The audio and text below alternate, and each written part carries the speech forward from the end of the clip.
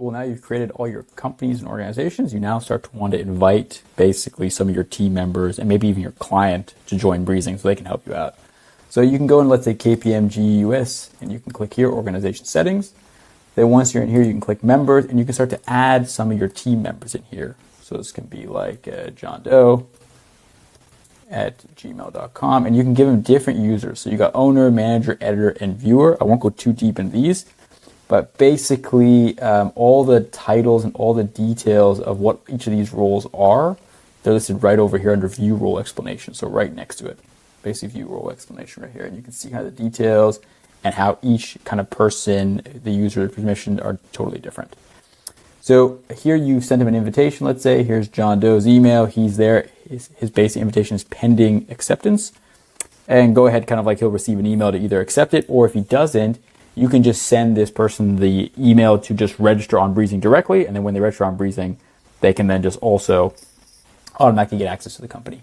So this is the organization settings. On top of that, there's also company settings. So let's say now we're in KPMG US and there's a company called Detail of Crypto. I click in here. In here, I can go to settings, I can go to members, and here you'll see that John Doe wasn't invited to this company. So you can then also invite them to specific companies. So this is really great for clients. So if you're an accounting firm, you want to invite your client to join a company, you can put like client at google.com, for example. Organization role for clients is always viewer, always. And then company role, you typically want to give them like a viewer or editor role, pretty much. These are kind of the two key ones. You don't want to kind of give them these owner manager roles, it's more like editor viewer.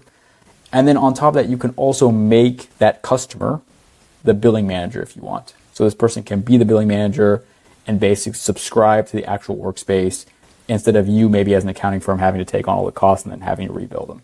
So those are the two options. Keep in mind, there's two different levels. There's company settings, and then there's this organization settings as well, which is like your wider, bigger organization. And so you kind of want to be able to manage those and structure them. So it's super flexible. You can structure it the way you want. Just go ahead and give these a quick read between company roles and organization roles to make sure that you know kind of the differences and what each kind of role is kind of pertaining to. Cool.